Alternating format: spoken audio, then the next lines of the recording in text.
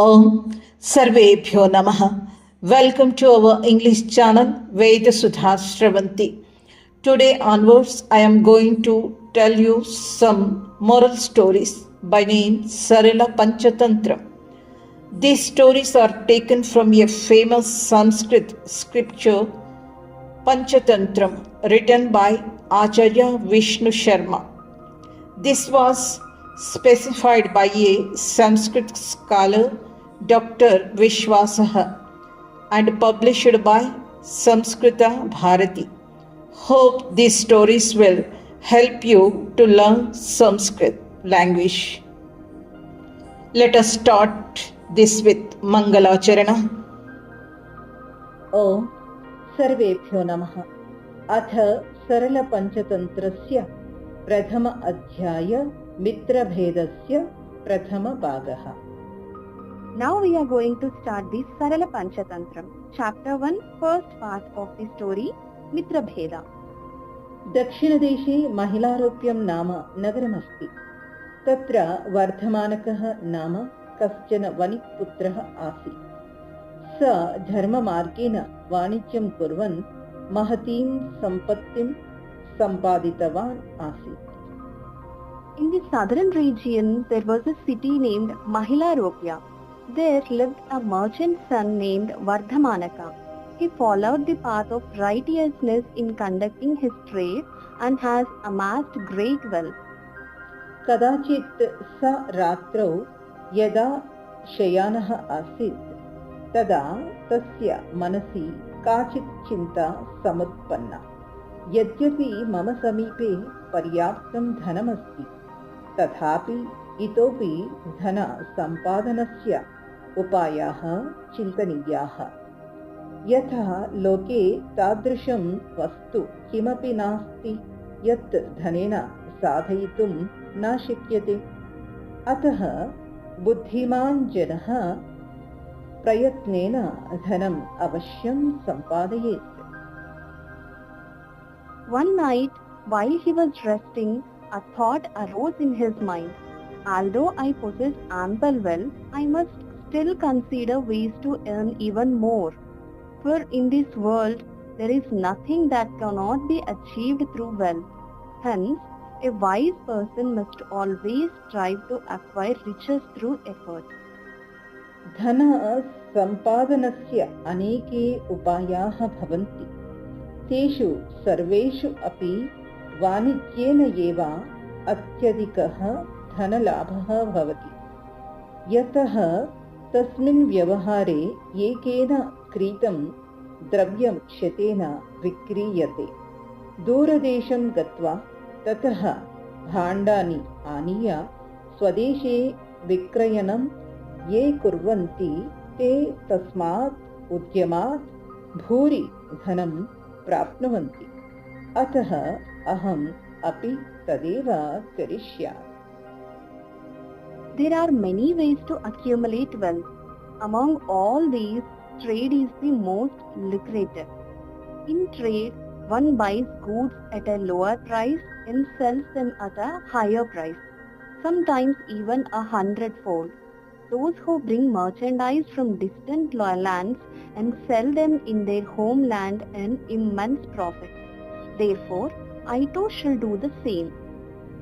एवं विचार्य वर्धमानकः मथुरानगरे येषां विक्रयणं करणीयम् अस्ति तान् भाण्डानि आदाय शुभतिथौ गुरुजनानाम् अनुज्ञां प्राप्य उत्तमं शकटम् अधिरूढः सन् प्रस्थितः। तस्य गृहे एव जातौ प्रवृद्धौ च सञ्जीवकः नन्दकः इति नामकौ बलिष्ठौ वृषभौ आस्ताम्।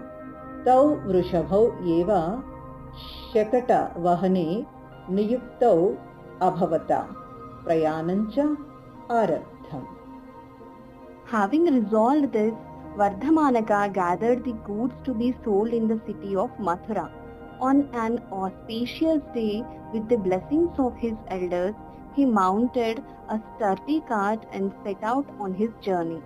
At his home, there were two strong bulls named Sanjeevaka and Nandaka. These bulls were harnessed to pull the cart, and the journey began. केषाञ्चित् दिनानाम् अनन्तरं ते यमुना तीरं प्राप्तवन्तः।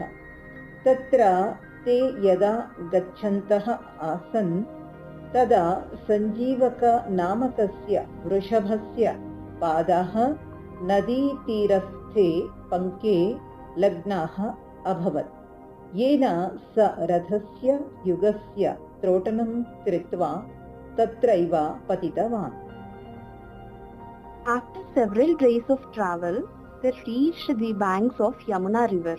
As they proceeded, one of the bulls, Sanjeevaka, got his legs stuck in the mud near the river bank. In the struggle, his legs injured and he collapsed there. दुरवस्थाम् आपन्नं वृषभं दृष्ट्वा वर्धमानकः अत्यन्तं दुःखं प्राप्नोत्। तत् स्नेहेन आर्द्रहृदयः स तं तत्र परित्यज्य गन्तुम् अनिच्छन् प्रयाणभङ्गं कृत्वा तिस्रः रात्रिः तत्रैव यापितवान्। यथापि सञ्जीवकस्य स्थितिः उत्तमा न जाता, वर्धमानक अतीव विषण्णः जातः। Seeing the pitiable condition of the bull, Vardhamanaka was deeply saddened. His heart, softened by affection, made him reluctant to leave the bull behind. Halting his journey, he stayed there for 3 nights. However, Sanjeevaka's condition did not recover. Vardhamanaka became increasingly distressed. तं दृष्ट्वा सह यात्रिणः अवदन्, भोः श्रेष्ठिन्, अयम् अस्ति वनप्रदेशः। तत्र सिंह व्याघ्रादयः हिंस्रप्राणिनः सन्ति। अन्यविधाः अपायाः अपि सन्ति। एतस्य वृषभस्य कृते भवान् सम्पूर्णम् अपि वणिक्समूहं किमर्थं प्राणसङ्कटे पातयति इति? Observing his plight, his fellow travelers said, "O merchant, this is a forested region, inhabited by dangerous animals like lions and tigers. Other perils also abound here. Why are you risking the lives of the entire trading caravan for the sake of this bull?" वर्धमानकः तेषां वचनं श्रुत्वा तत् सत्यम् इति चिन्तितवान्। अतः सञ्जीवकस्य रक्षणाय कांश्चित् रक्षापुरुषान् नियोज्य वणिक् समूहं स्वीकृत्य ततः प्रस्थितवान् च। अथ तत्र स्थिताः रक्षापुरुषाः अस्मिन् वने बहवः अपायाः सन्ति, अत्र अवस्थानं नोचितम् इति मत्वा सञ्जीवकं तत्रैव परित्यज्य अनन्तरदिने वर्धमानकस्य समीपं गताः। Hearing their words, Vardhamanaka realized the truth in their advice. Therefore, he assigned a few guards to look after Sanjeevaka, took the trading caravan and continued his journey. However, the guards, recognizing the dangers of the forest and deeming it unwise to remain there, abandoned Sanjeevaka and returned to Vardhamanaka the next day. तम् उद्दिश्य स्वामिन्, स सञ्जीवकः मृतः, वयं तु भवान् तस्य अग्निसंस्कारम् इच्छति इति मत्वा तदपि कृतवन्तः इति अवदन्। तत् श्रुतवतः वर्धमानकस्य हृदयं कृतज्ञतया आर्द्रम् अभवत्। स तत्रैव तस्य वृषभस्य सर्वाः और्ध्वदेहिकक्रियाः कृतवान्। They said to him, Master, Sanjeevaka is dead. Believing that you would wish for his last rites to be performed, we have already done so. Hearing this, Vardhamanaka's heart was filled with gratitude. He performed all the customary rites for the departed soul of his beloved bull. सञ्जीवकस्य आयुः न समाप्तम् आसीत्, अतः स न मृतः। यमुनाजलेन मिश्रिताः शीतलाः वायवः यदा तदुपरि अवहन् तदा तैः तस्य शरीरं सन्तर्पितं संवर्धितं च अभूत्। स कथञ्चित् ततः उत्थाय यमुनानद्याः तीरं प्राप्तवान्।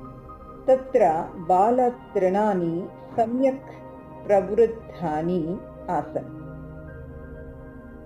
Sanjeevaka's life had not ended, and thus he was not dead. The cool breezes mingled with the waters of the Yamuna nourished and rejuvenated his body. Somehow, he managed to rise and reach the bank of the Yamuna. There, tender grass had grown abundantly. स तान् एव खादन् कैश्चिदेव दिनैः तथा स्थूलः मांसलः बलवांश्च अभवत् यत् स भगवतः शङ्करस्य वाहनभूतः नन्दी इव अशोभत। स प्रतिदिनम् अपि क्रीडार्थं वल्मीकशिखराणाम् अग्रभागान् शृङ्गाभ्यां विदारयन् नर्तति स्म। Feeding on it daily, Sanjeevaka became so strong, well-built, and robust that he appeared like Nandi, the sacred bull of Lord Shiva. Each day, for amusement, he would shatter the peaks of hills with his horns and roar loudly. तस्य वनस्य अधिपतिः पिङ्गलकः नाम सिंहः आसीत्। कदाचित् तृषा पीडितः स सर्वैः मृगैः परिवृतः सन् जलं पातुं यमुनातटम् अवतीर्णः। तदा एव दूरे कुत्रचित् सञ्जीवकः नर्तनम् अकरोत्। पिङ्गलकः तस्य वृषभस्य गम्भीरं स्वरं दूरादेव श्रुतवान्। तेन तस्य हृदये व्याकुलता उत्पन्ना।